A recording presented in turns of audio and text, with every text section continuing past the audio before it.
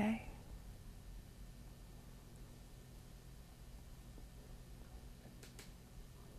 Hi, my name is Paula Gloria, and welcome to this show. On this show, I'm going to be going over material that I've gone over in the past in my show, Farther Down the Rabbit Hole. But this show is also going to give a little glimpse into what is my true dream and passion, which is global public access, the ability for people from all parts of the world, from all lifestyles, from all cultures, to be able to exchange with each other knowledge, information, support, encouragement, so that we can face some of the difficult problems that we all face and we all suffer from in different ways in different parts of the world and in different parts of society.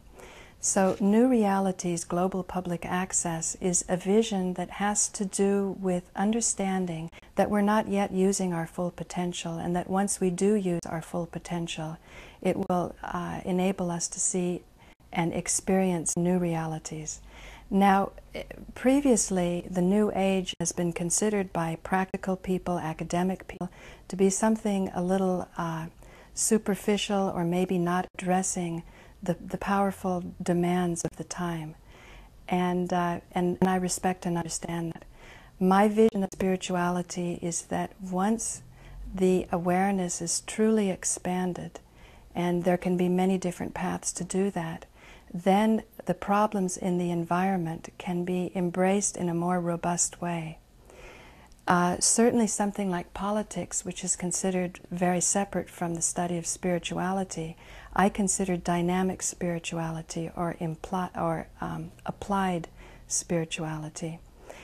Oftentimes, great thinkers, great historians have noticed, why do people not see what's so apparent to them? And today I have with me a special guest. His name is Webster Tarpley, and he's written a book called 9/11, Synthetic Terror. And this word synthetic is of great interest to me, and that is what is real, what is fabricated, and what is something that we should be truly concerned about. So Webster, thank you so much for joining me on this show. It's my pleasure. Thank you for inviting me. Yes. Now, what do you feel is blocking the American public from their full birthright as inheritors of this Constitution, which it seems as though the world over is recognized as a huge accomplishment? Well, the Constitution, I think, is a document it's far from being exhausted, and it still has a considerable amount to give. But the problem is that we have had September 11th, 2001, and I guess we can take our current problems more or less directly back to that. Mm-hmm. The goal of September 11th has been to create a kind of prison house of the human mind. It's to create a reign of terror and to imprison people within this, and to set up a series of conditioned reflexes around words like Atta and Bin Laden and Al-Qaeda and so forth, and to convince people essentially that a fantastic myth is actually the organizing principle of the world. If you look at the world today, you'll see that international relations are dominated by something called a war on terror, which, if you look at it more closely, is completely non-existent.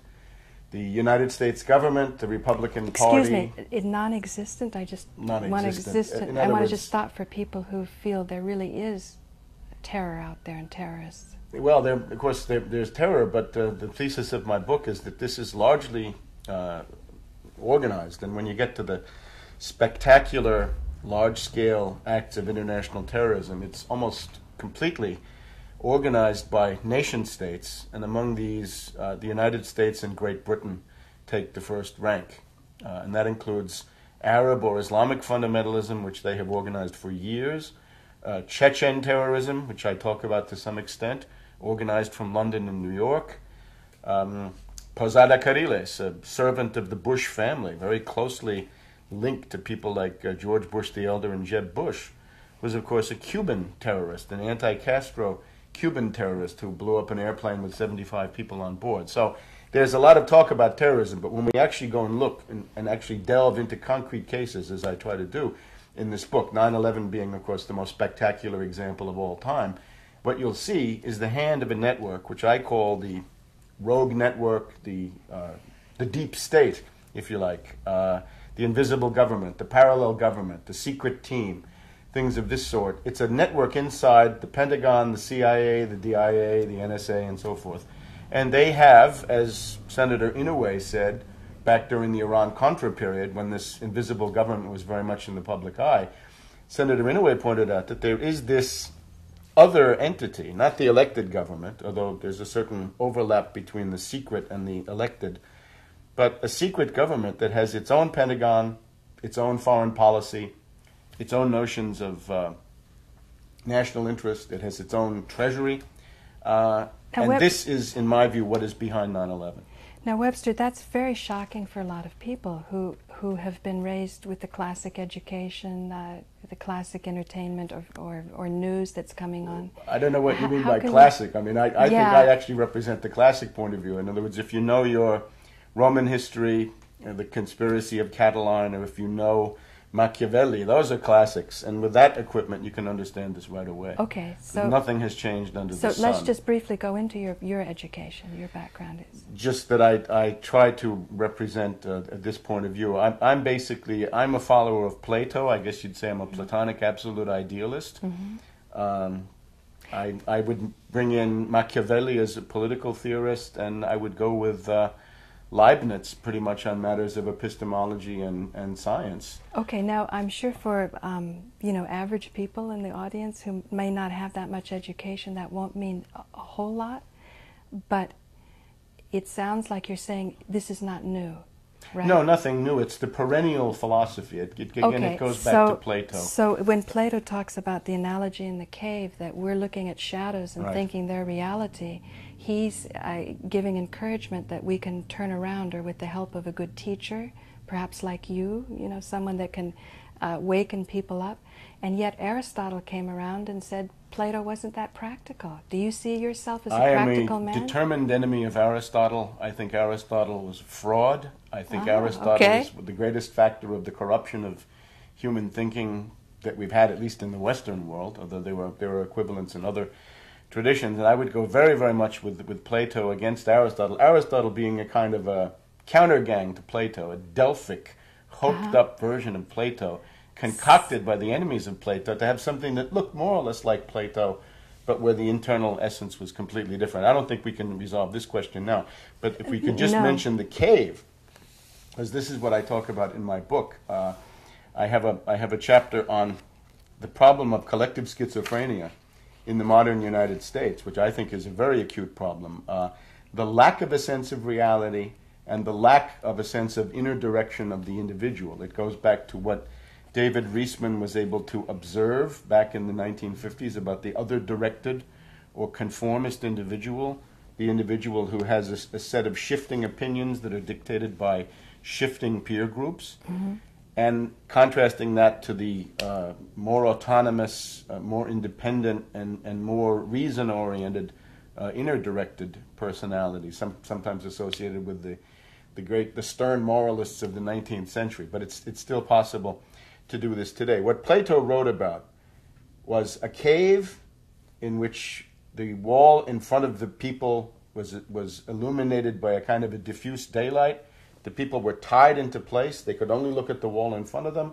And in addition to that diffuse daylight, there was a fire behind them, and various effigies were paraded behind them, casting shadows on the wall, so that the people could look at that and think that that was reality, think that what was projected on the wall was actual reality. And they began to compare one shadow to another and talk about the order in which the shadows appeared.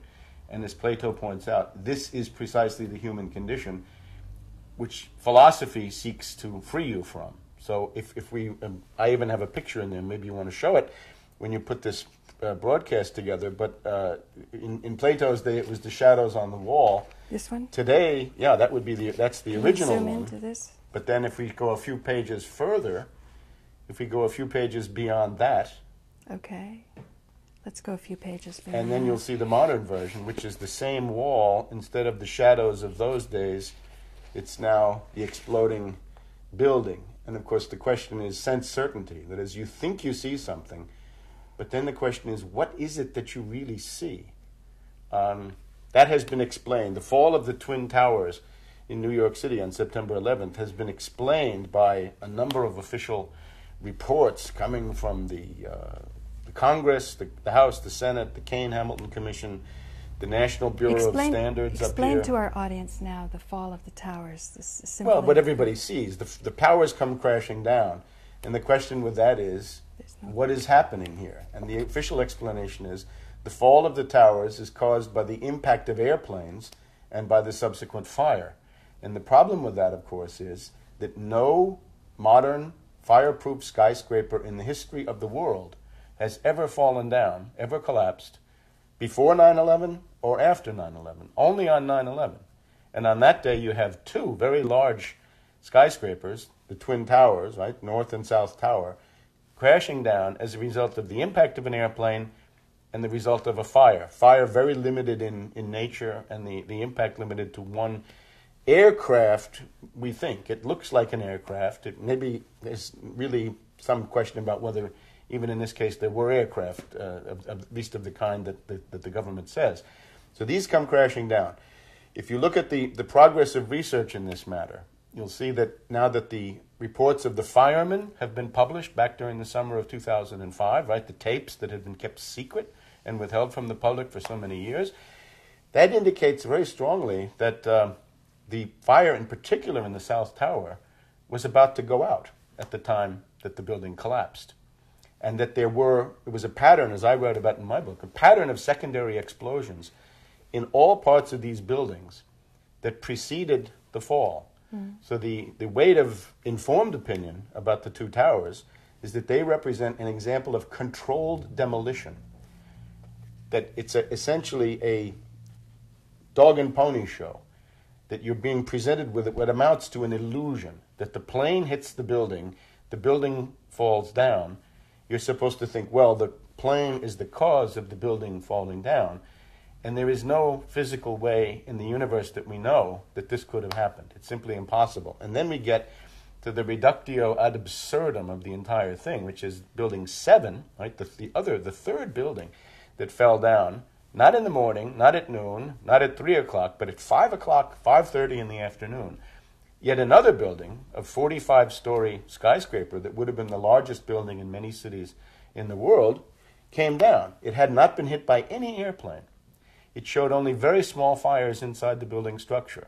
And we have this very interesting quotation from the owner of these buildings, a guy called Silverstein, saying, we decided to pull the building. Pull, apparently, jargon in the controlled demolition world for activate controlled demolition. I heard his voice. It was about 5 o'clock. He's talking, and they recorded it.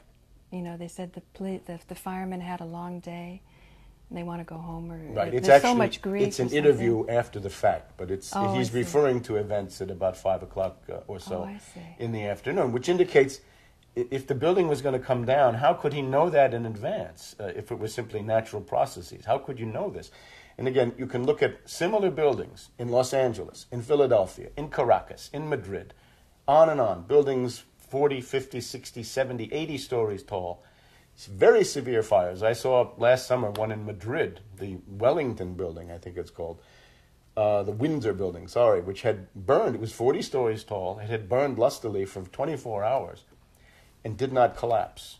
Whereas these buildings allegedly collapsed, even though they had been built in a very, very robust manner with upwards of 40 very strong central core columns. So this is simply impossible. It's fantastic. Okay. And you've got this pattern of secondary explosions. I think what we're dealing with, if I can just round out the point, in the case of the two towers, you're dealing with controlled demolition of an extremely robust type. In other words, a very, very forceful. High-tech, perhaps even verging on what we'd have to call new physical principles. In other words, there's some question about the amount of explosive that would be needed to generate this phenomenon that you see, because the building is literally vaporized in midair, even perhaps pulverized. Nuclear? I don't see how atomic? It could be nuclear, because then this would be immediately noticeable with Geiger counters and other equipment that anybody could bring into the area. And I think that has been looked into. It doesn't seem to me to be feasible to use nuclear, but I heard that studies were repressed. Yeah, I'm sure they have been. But the problem is, if that had been a nuclear bomb, you would be able to take a Geiger counter right down there today still and notice an extremely high background radiation, which I don't think has been done. Because I notice on your book you don't have the towers. You have... Right. But just, different. We can go on to this. The Building 7, I would say, is a classic controlled demolition. It looks like controlled demolitions always look like. So it doesn't seem to be of this robust variety. In other words, the towers explode, Building 7 implodes. The towers are vaporized and pulverized in midair, and they throw debris 75, 100, and 150 meters out in every direction. They cut somehow these central core columns, which are the main structure of the building, are neatly cut like spaghetti into 30-meter lengths. This is impossible. So all of that argues for a very, very sophisticated and very, very high-powered. How do you know that? Well, you can simply see it. You can see all of the pictures that have been taken of this. The official theory is called the pancake theory, and it says, well, one floor began to crash down, and then hit more and more floors, and they all pancaked on top of each other, and it became a kind of a record on a spindle. A snow slide, a mudslide of things coming down. The problem with that is that doesn't explain any force in the world that would have neatly chopped the central core columns, upwards of 45 or so of them, into such neat lengths. 47, actually. 47, whatever they are. But I heard they cleaned up the area, so where are these pieces? Well, they've all been destroyed. They've all been sent to China and made into paper clips or automobiles. So how do you know they were 37 meters? Or 30 because you could see that the entire building collapsed neatly into its own base, its own footprint. And the problem was, if you had those core columns reaching upwards of 110 stories, they would either have been still standing as the internal skeleton of the building or fallen over at a certain point. But again, there is no force in any part of this story. There's no physical force that would be able to chop those core columns into the pieces that would be needed. What we can do in post-production is put a little picture up that shows the most explosive moment, and then you see the little beams. I say little because in the picture. There are huge amounts of rubble being thrown out. So is that what was measured and estimated to be 30 meters? Or? It's simply that when you come to the bottom of this, right, in the days after, they load the wreckage onto trucks. Oh, I see. And it's more or less chopped into the proper lengths. I see. So something has intervened to cut the core columns in this way, which is beyond the reach of anything that is mentioned in the official story. An airplane can't do it, and a low-temperature jet fuel fire starved of oxygen. And again, in the South Tower, every indication is the fire is about to go out. The irony of the whole thing is the North Tower gets hit first but falls second. The South Tower is hit second but falls first. And the irony of that seems to be that the controllers of this thing, observing it from wherever they were, and it's not clear to me where they were, but they were somewhere, noticed that the fire was about to go out, and therefore they had to pull that one. They had to activate their controlled demolition, because if the fire had gone out completely, they would have been left with this absurd anomaly of a building which was no longer burning, collapsing half an hour or 45 minutes or an hour after the plane had impacted. And this, I think, even the densest person, right, probably even George Bush would begin to wonder what was happening at that point. So we have all that. Now, so we wanted to go to... Well, no, let me just one thing. So we've demonstrated the sophistication of bringing these buildings down. Right. It was a sophisticated operation, whoever did it. Now, the next step is, if it was a controlled demolition and not anything like what the official report is saying, isn't that terribly shocking? Yes, it is. I mean, I've learned to live with this for quite a while now. Now, the first time what was it? The first time the shock came to you to help viewers who are now going through shock the first time. I was sitting in a conference in Berlin, and I heard all about it. The guy came into the conference in Berlin and said what had happened, and he said the two towers have collapsed, the Pentagon is burning, airplanes have crashed into these places, and my reaction was, oh my God, it's them. It's them, meaning the Iran-Contra secret government. That's what you thought. Yeah, you need historical continuity in this stuff. And you're a historian. Yeah. The background that's relevant. Let me just go into this for a second. I spent the 1970s and the 1980s as a journalist in Central Europe. Mm-hmm. And one of the big things was if you were in Germany and Italy in those years, there were two things you had to know about. The Red Brigade's terrorists and the Baader-Meinhof group terrorists, because they were very prominent in public affairs. And in particular, they're dangerous terrorists. And bad. Yeah, these are bad, but they're run by NATO intelligence, and that was clear to me at the time. You knew that? Yes, that was run by the Did CIA. you know that from your Princeton education or from later on? Please, no. Nothing you learned in everything class. from Princeton went in the opposite So this is in the 70s that you're in Central Europe? Central Europe in the 70s and 80s, and I'm watching terrorism being used. Let me slow down again.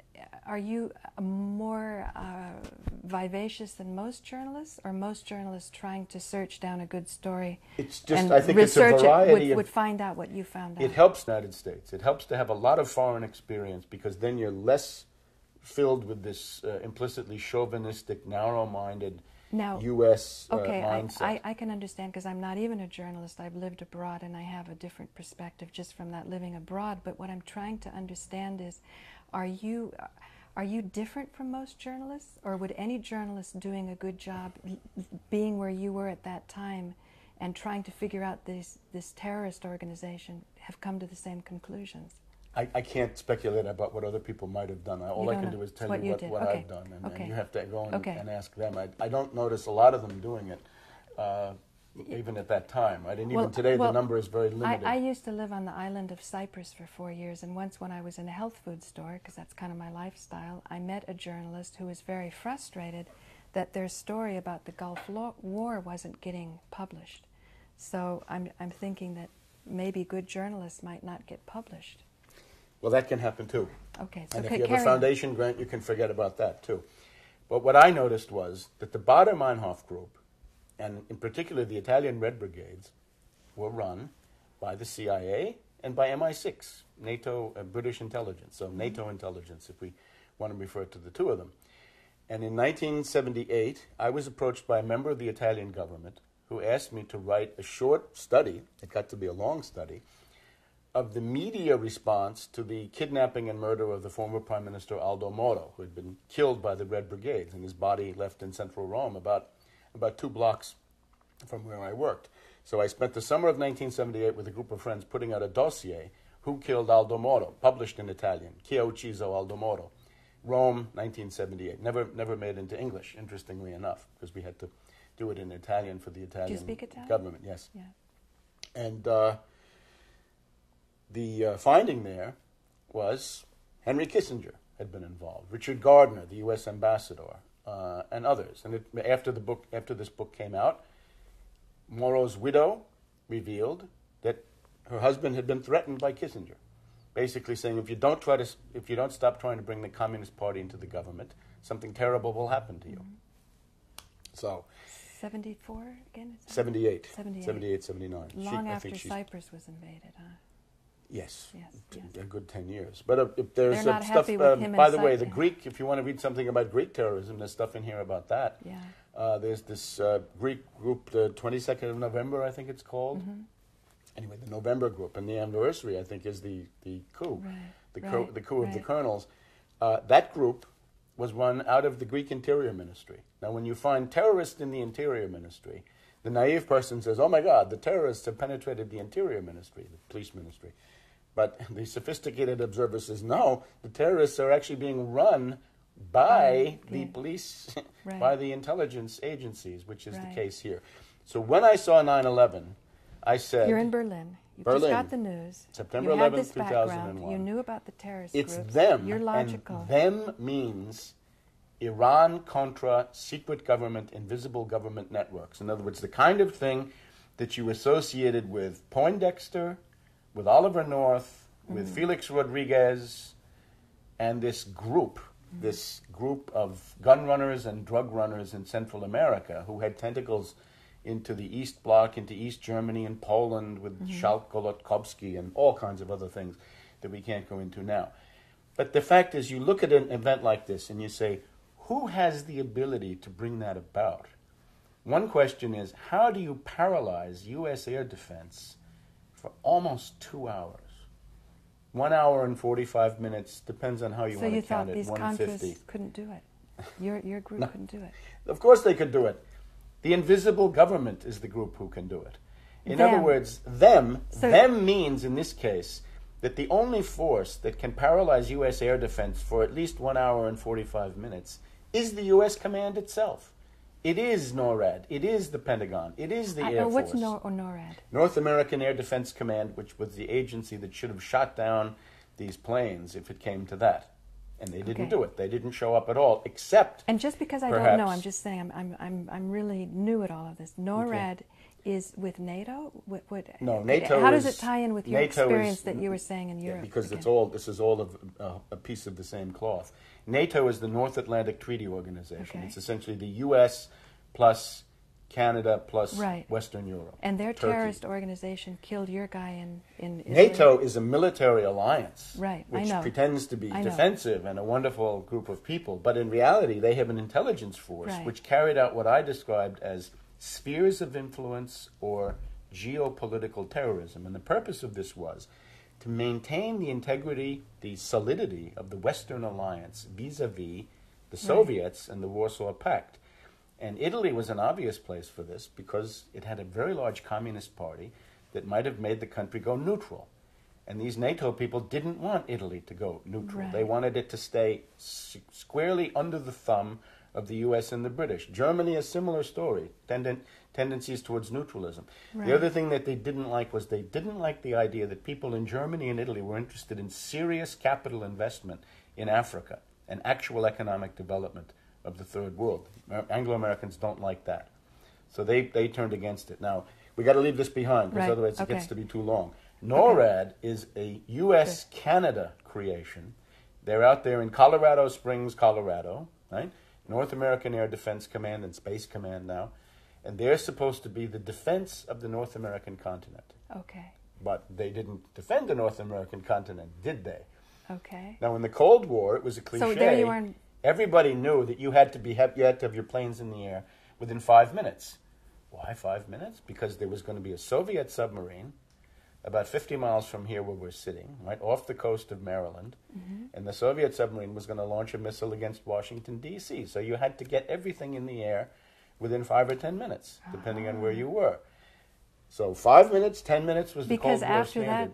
After that, they'd be blown up in a serious war, and that's what you had to be ready for. So a serious military man would plan for that. Yes, and then that really he wants to give his orders before he's gone. Yes, and you have to get the president and the vice president into the air, right? Because you can't leave them in that primitive old bunker under the White House. So none of that was done. 1 hour and 45 minutes, and no air defense, except if it is true that the people in the Shanksville airplane, right, the Let's Roll airplane, if those passengers really did take over the airplane, there would have been a compelling reason for the U.S. government to shoot down that airplane.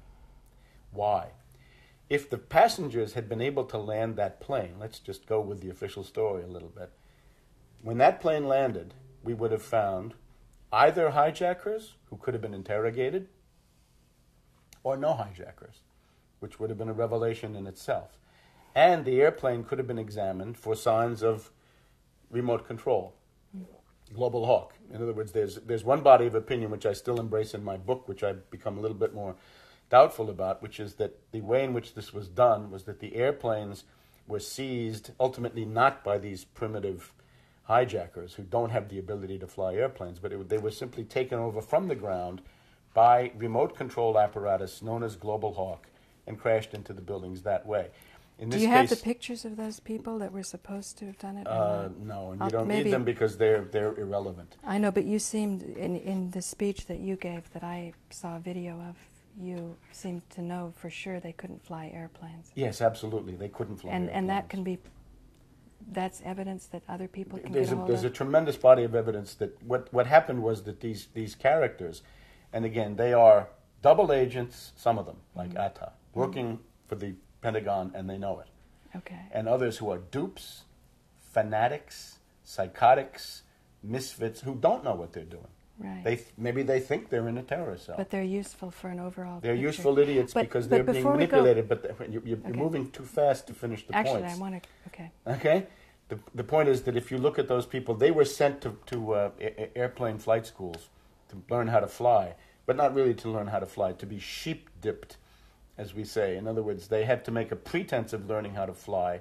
They have to go and take a few flight lessons in order to make it credible for the gullible masses that they could have flown the planes. But if you read the reports then of the teachers, the people who actually taught them, they say, these people can't fly, they're hopeless, they're basket cases, they're misfits, they can't do it. Now great. Now I want to back up a little bit back to you in Berlin to try to see if I can create a connection of empathy between the audience that's watching and hearing this for the first time and what it was like for you, although you were far more knowledgeable, when you heard it for the first time. So when you're in Berlin, can you tell me the sequence of the information that you got and your reaction? A guy came into this room at the university and said, airplanes have struck the Twin Towers and the Pentagon. The Twin Towers have collapsed and the Pentagon is in flames. So before any more information, you knew... It's them. Okay, before any more information, you knew that, even though you didn't have the details, that for this to have happened, an hour and a half had to have elapsed of unsupervised time in the air, for example? Or? Not the details. The question is, what force, if you've lived in the world for a while, you get to know what there is in the world. In other words, the world is not a mystery. And you knew the world of protecting world, buildings and assets. At the level of this, you're talking about the U.S., the British, the Soviets, the Chinese, and the French, more or less. And then there are some others that can come into play. And you look at this and say, well, who could do that? Oh, the Israelis, too, don't forget them. But you look at them, you look at an event like this and you say, who could do that? Could the Soviets do that? Russians? No. The British? Well, maybe. The French? Probably not. The Mossad? I don't think so, because it has to involve the U.S. And then the other question is... Why do you say the Russians couldn't do it?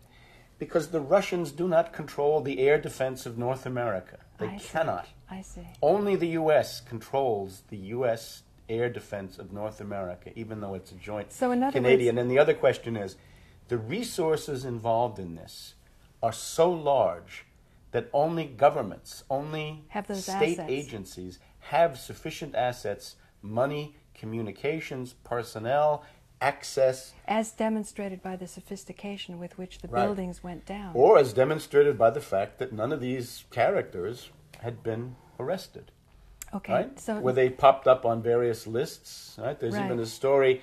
There's a story that they had Atta's picture on the wall in early 2001 or even 2000. Right. And they had a Post-it note on it saying, you can't arrest him. In other words, there's a national security override on Atta, which is exactly how they do all these things. So the details get filled in later, but you see, when you have an event of that magnitude... That's why I'm trying to give my new audience a wide perspective. The main thing is you have a conceptual intuition saying something of this magnitude could only be done by a force within the U.S. command structure itself with, I would say, British assistance, and that comes a little bit later. Now let's use this term, conceptual intuition.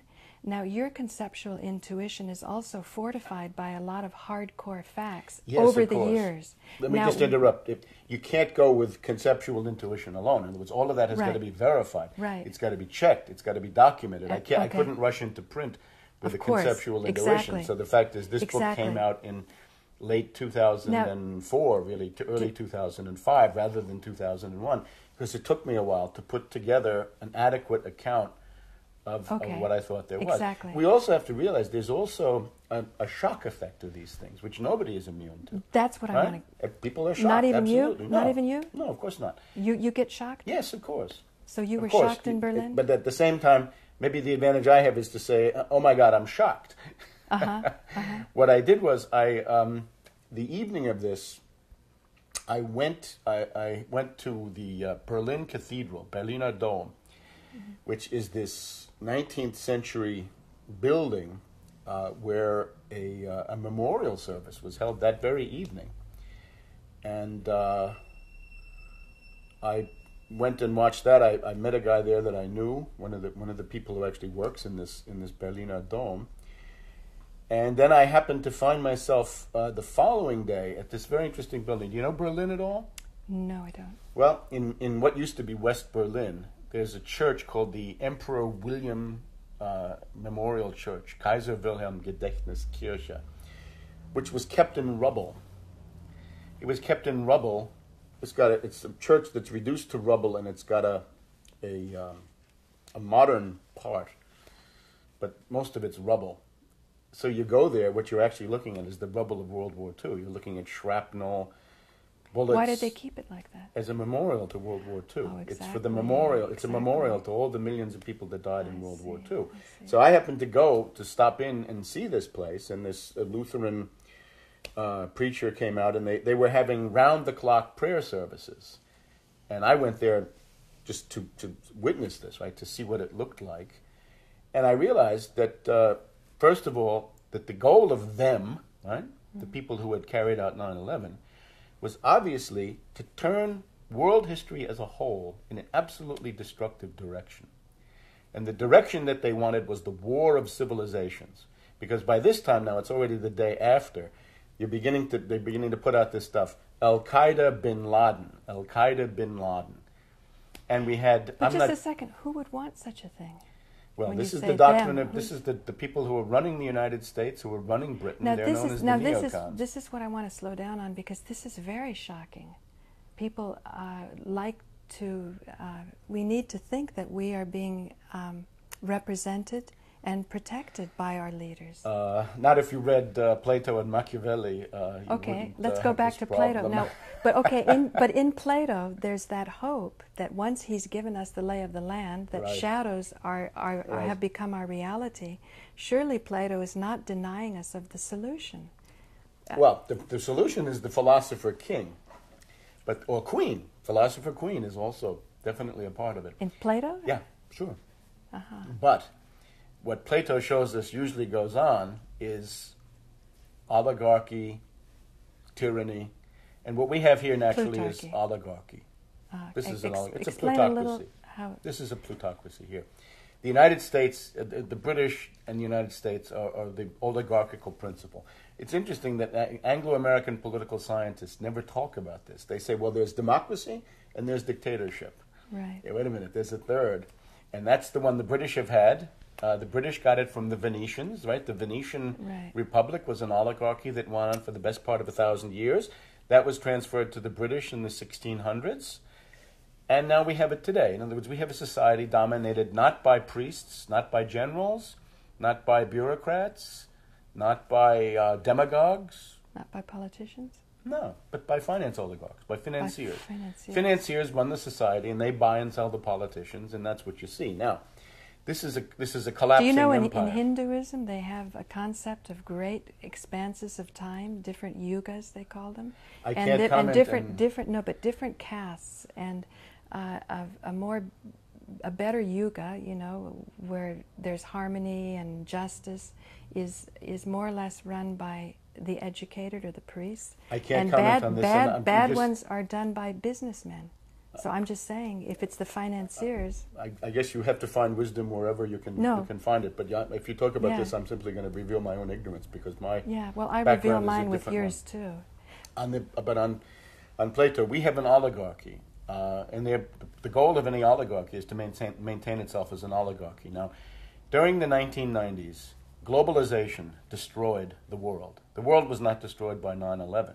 The world had been thoroughly destroyed. The Russians had been destroyed.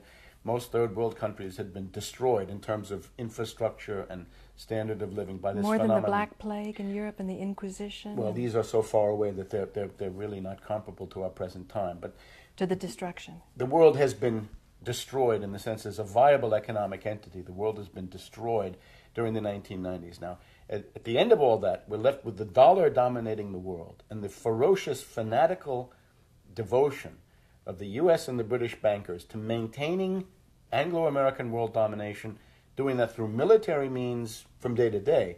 But in general, it's done through the dollar. It's done through the economic hitman, if you know that analysis, which is just a little part of what you'd have to say What do you would think be of dollar. him, by the way? I don't want to talk about him because it leads me into got it. minutia away from the main concept, right? Okay. That's just one way to see it. Okay.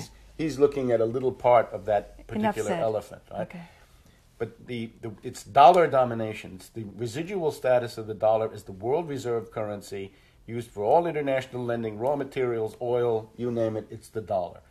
Now, the problem is this domination of the dollar is absurd, obsolete, it's ending.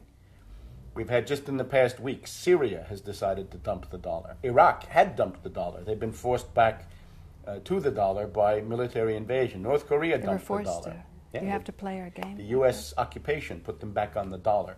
They don't want to be. Just a question of time until Russia and European Union dump the dollar for energy transactions and go to the euro. Venezuela's in the process of dumping the dollar, and so on down the line. The question is, the emergence of and when you dump the dollar, you dump Anglo-American control. Yes, you cut them out of, you then deprive them. Then it becomes Euro is German and French and... It's better. It's better in the sense that it's better to have two rival systems where you can play one against the other than to have one system. Laissez-faire, right? No, the opposite. I The would opposite. say. I'm not interested in laissez-faire. No? Let me finish. Let me try to round out the okay. concept. Maybe it'll become clearer. Okay. As long as you have the dollar and the International Monetary Fund and the World Bank is the only game in town, then these countries are all crushed. This was the reality of the 1990s.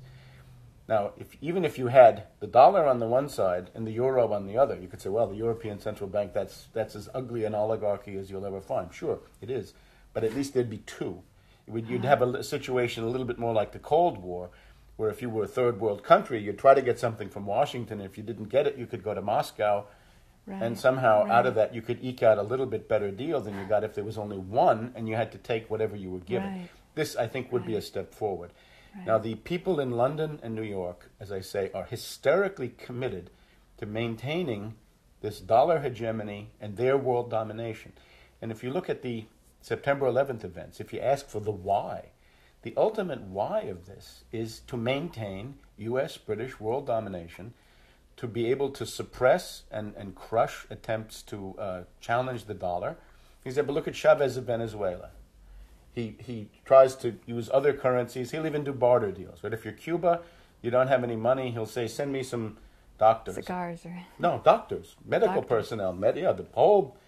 The Venezuelan countryside now has the best medical treatment they've ever had. Because, from Cuba? Yeah, from Cuba. Because Chavez sends oil to Cuba. Cuba sends back medical doctors. And this is a tremendous plus. Now, the Anglo-Americans don't like that. Because that transaction doesn't go through Wall Street. Right. They can't skim 10% off the top. Right. And they don't like the idea that people can simply ignore them because then they can't interfere. They want to have their finger in every transaction in the world for money reasons and for reasons of political control.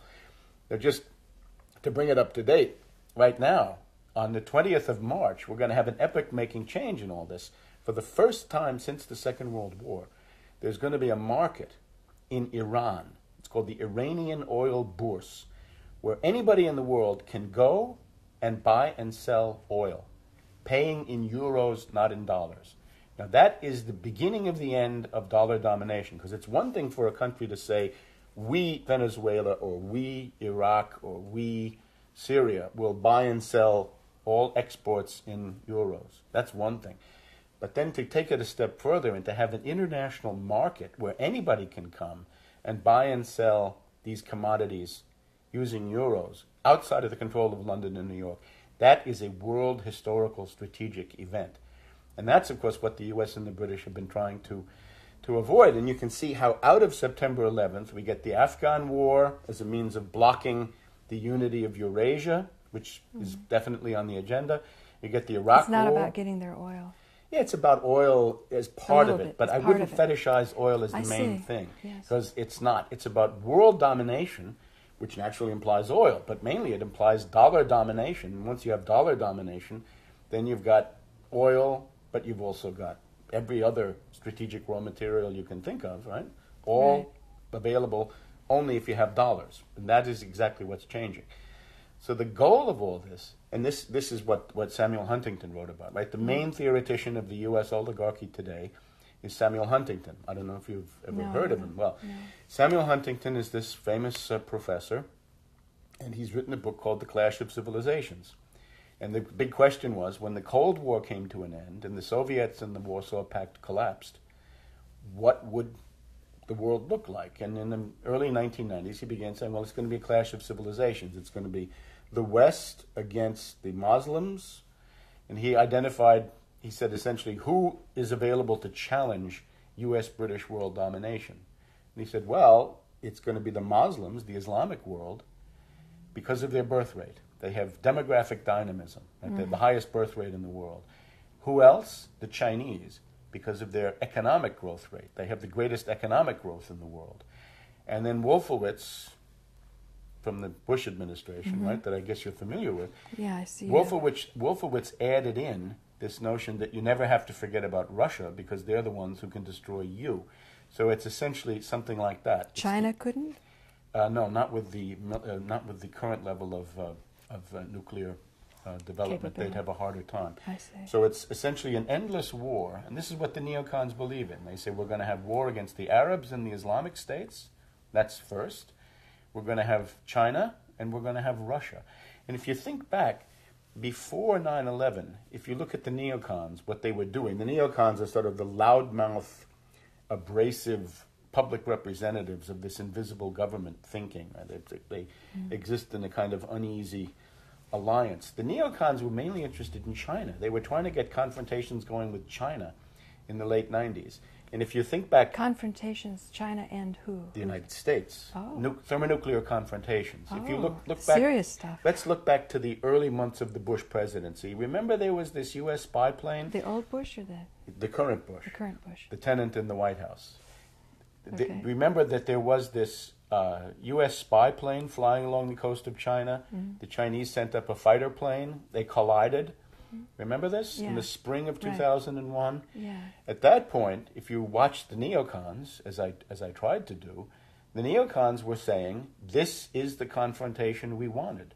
We've been waiting all through Clinton for a president who would give us confrontation. What they wanted to do was to go to the brink of thermonuclear war, force China to back down, and use that then to begin to break up China and eliminate what they considered to be a very dangerous competitor for world domination. And the problem was, Bush did nothing. He sat in the White House, he did his running, he has to sleep 10 hours a day, exercise 3 hours a day, his work day, Clinton's work day is longer than Bush's work week. So Bush did nothing. And I think this is an important moment in the gestation of 9/11, that everybody could see that if you waited for Bush to give you a confrontation, you'd never get it. He would be just as bad as Clinton from their point of view. Clinton didn't want military But Clinton action. was in Serbia. He liked it. He liked military action. Complicated story, because by the time the Serbian bombing took place, Clinton was not really president anymore. In other words, he'd mortgaged himself so heavily to avoid conviction that it was really, I wouldn't blame, I have to blame Clinton, but I wouldn't blame Clinton exclusively. I would blame the bombing of Serbia on Gore, Albright, Cohen, Richard Clark. I see. What was called the Principals Committee. If you lived here in Washington and you read the paper every day, just the Washington Post, you could see that by the spring of 1999, after Clinton had gotten off, he had essentially mortgaged everything to avoid being thrown out of office. Yeah. And the Principals Committee was running the government, not Clinton. Clinton so was in other words, essentially when a Bush came relic. in, when Bush came in, it was not a happy day for people who liked confrontation. They had been praying for Bush all during the 1990s, saying we've got to somehow, they see China getting stronger every year, U.S. getting weaker every year, and it's true. The balance of trade. The balance of power, trade, Yeah. power, you name it. You can take any data series you want, and you'll see the Chinese are growing, the U.S. is stagnating at best. So they're saying we've got to have a confrontation to get out of this. We've got to smash them up before we're too weak to do it. Now we've got Bush, and then we have this incident with the U.S. plane in the hands of the Chinese, and the obvious thing was to say, we want the plane back, to try to make a series of unrealistic demands on the Chinese, get to a confrontation, force them to back down because their nuclear forces are not going to be enough, and then have the Chinese government lose face and begin to break up China. That was what they wanted. And Bush, out of that, gave them zero, goose egg. weak, passive president who sits in the Oval Office and waits for somebody to tell him what to do. I think that's the moment when 9/11 became the immediate perspective, because they say in order to move this regime, the Bush presidency and the U.S. government, it takes a powerful outside event. In other words, it will never come from a president. You know, I don't like to say or think nasty things. I have a spiritual, benevolent type of background, and yet from a purely military point of view, if you're looking on the world as one filled with enemies, striking China would not be such a dumb idea. It's totally against all my. Good, I'm just trying to. Stay that way, I'm just trying to say with you: are neocons madmen, or are they military strategists? No, they're not military strategists. Why? Tell me why. They have to be. In my terminology, the proper epithet is neocon fascist madmen. They're not conservatives in any sense. There's nothing they want to conserve. They're radical. They're extreme. Fascists. They don't believe in tradition. They don't like tradition, custom, precedent. Let's take a look at... Okay. They don't like tradition, custom, precedent, the status quo.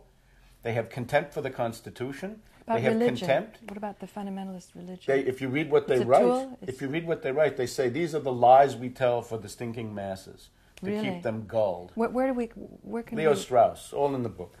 Leo Strauss. Leo Strauss, that's their guru, this guy right here. And he says, okay, he says we'll do this a little later, because I'd like to show this picture. Okay.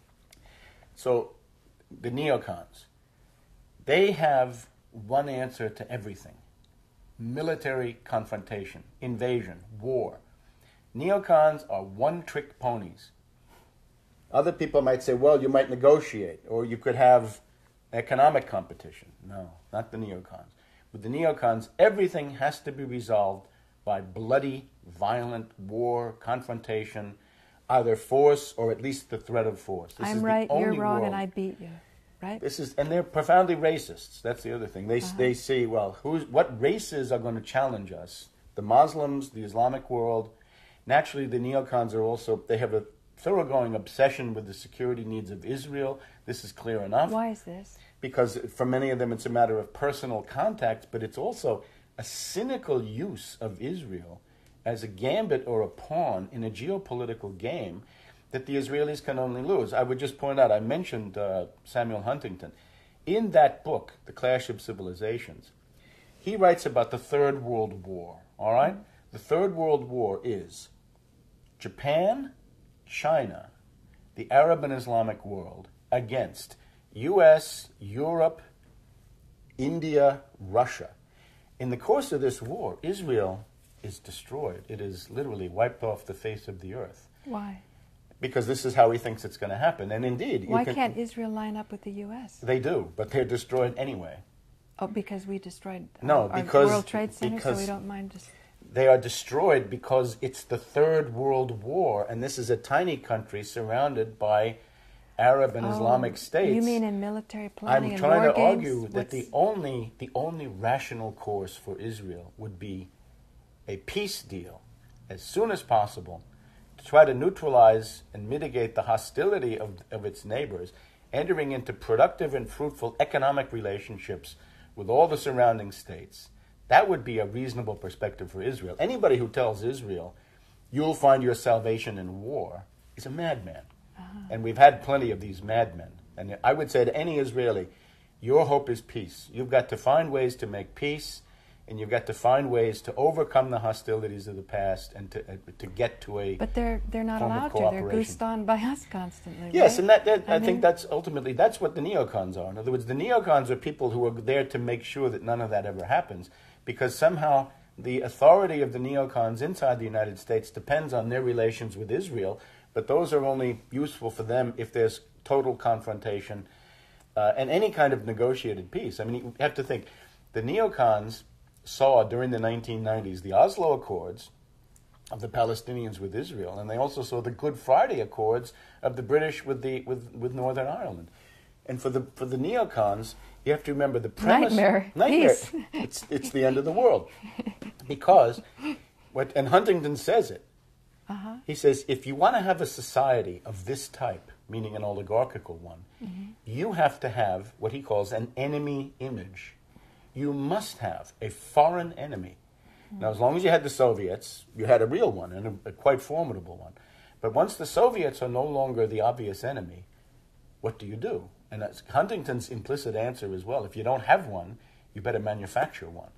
And that's 9/11. 9/11, with these wild charges, right? You see these planes crashing, you see the buildings falling down for sure. And then the government, Bush comes out and says, Al-Qaeda bin Laden, Al-Qaeda bin Laden. There's no proof. But what that has done is to create this illusion, this fantastic myth, that somehow the Arab and Islamic world is a nest of terrorists and that they're coming to destroy the United States. Now, this is another point that I have to make, so let me just indulge me a little bit. This myth right now... Indulge away. Okay. This Playing myth... right into... Yeah, you're this on. myth is now the key to U.S. politics. Karl Rove, in 2002, in January, and Karl Rove again now in 2006 at the same meeting of the Republican National Committee made clear the basis of the Bush Republican campaign is September 11th as this fantastic, scary myth. Atta, bin Laden, terrorism, and so forth, right? Remember, Rove's point of view was the Democratic Party is pre-9/11 in its mentality, and the Republican Party has entered into the full understanding of the real terrorist threat. Now, there are a lot of people in the world who are left liberals or radical liberals, and I imagine a lot of them are watching this program. If you're against Bush and you're against Iraq, I can sympathize with you very deeply because I'm against these things too. But what I have to point out to you is that if this is the limit of your agitation and your propaganda, you will fail. You must address the myth of September 11th. It is a fantastic myth. The people who are accused, the 19, allegedly from Saudi Arabia, Atta and the rest of them, there's no proof that links them to anything. And indeed, many of them seem to be either alive or double agents of the U.S. government. We could talk about that. The Twin Towers, as we discussed before, came down through controlled demolition. What hit the Pentagon is every indication a cruise missile or something of this type. The Shanksville aircraft was apparently shot down by the U.S. government. It's an inside job. In other words, it is the handiwork of this rogue network inside the U.S. institutions.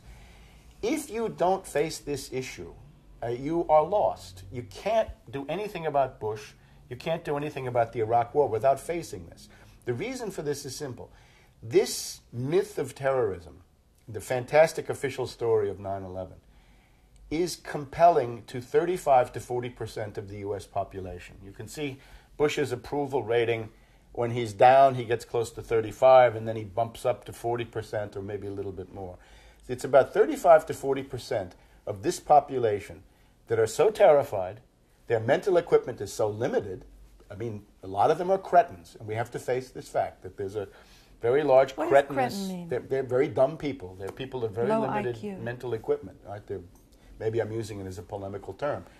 But they're terrified, they're confused, and if you have an argument with them, if you say, we don't like the war in Afghanistan, we don't like the war in Iraq, they'll say, well, that has to be because of 9/11. We don't like NSA wiretapping. It has to be because of 9/11. We don't like secret prisons, torture, Abu Ghraib, renditions, black sites. We need all of those, the average person will say, of this 35 to 40% because of 9/11. If you don't crack this nut, you cannot get anywhere. You cannot attrit or erode Bush's base of support to the point where you'd be able to put an end to the war. As long as Bush can retain a 35 to 40% base of support, he will wage war indefinitely, and he will continue to implement police-state dictatorial measures on the home front. Think, if you will, about what this position, and it's common to the left gatekeepers. Can we mention a few left gatekeepers? Yes. Amy Goodman of Democracy Now!, Noam Chomsky, probably the most famous, Michael Moore, Greg Palast, another good one, Molly Ivins, Noam Chomsky, I guess I've said. I wish I had my list of left gatekeepers, but I guess you think the idea. These are radical liberals, left liberals, who are very much against Bush, very much against the Iraq War, but they're not able, morally and intellectually so far, to pull themselves together to attack the Kane-Hamilton Commission version of these events. Now, what does it mean? They are willing to listen to Bush on this issue. We have 2 minutes. 2 minutes. Yeah. All right, let me just try to wrap up Yeah. then. If you go to these people and you say, do you believe Bush about the budget? They'd say no. Do you believe Bush about wiretapping? No. Do you believe Bush about 9/11? Well, the answer seems to be yes, because they embrace the official version. They talk about the 19 hijackers, the Saudi Arabians, bin Laden, Al-Qaeda, Atta, and the rest of all this. These are people who would be mortified. They would die of shame if they found that they were listening to Bush on any issue like prescription drugs or important things, but ecology, nevertheless not right, the environment, anything. But in this case, they're willing to embrace Bush's point of view. Their position also adds up to saying Bush was a liar before 9/11. After 9/11, he told the truth for a while, and now he's lying again because of Iraq and now Iran. So I have to appeal to people. If you want to put an end to these endless wars, and if you want to do something about the Bush administration, you've got to attrit and erode that base. And the only way to do it is to dismantle, deconstruct, take down the myth of 9/11 and attack it in its details. Because otherwise, if you have the Democratic Party argument saying, well, we all agree that. Well, no, we don't agree. We damn well better not agree. Because once you've agreed that, then you're lost. And then you've lost the entire argument. Because as soon as you agree that there was 9/11 and therefore you have to have the war on terror, Bush wins. He'll always be able to demagogue the issue better than anybody else. Well, very well said. Webster, thank you so much for joining us here. This is Paula Gloria, and this show is Farther Down the Rabbit Hole, and it's also a vision for New Realities Global Public Access. Our guest has been Webster Tarpley, and he's been explaining the importance of deconstructing a political myth. I quote him from January 15th. He goes, who is there now that's going to restrain the Bush administration? I don't know who. I don't see it except the citizenry, but somehow more has to be done. New Realities is about doing more. It's about embracing the unknown so that we can move into solution. I thank you for watching this show, and please stay tuned for more. Thank you.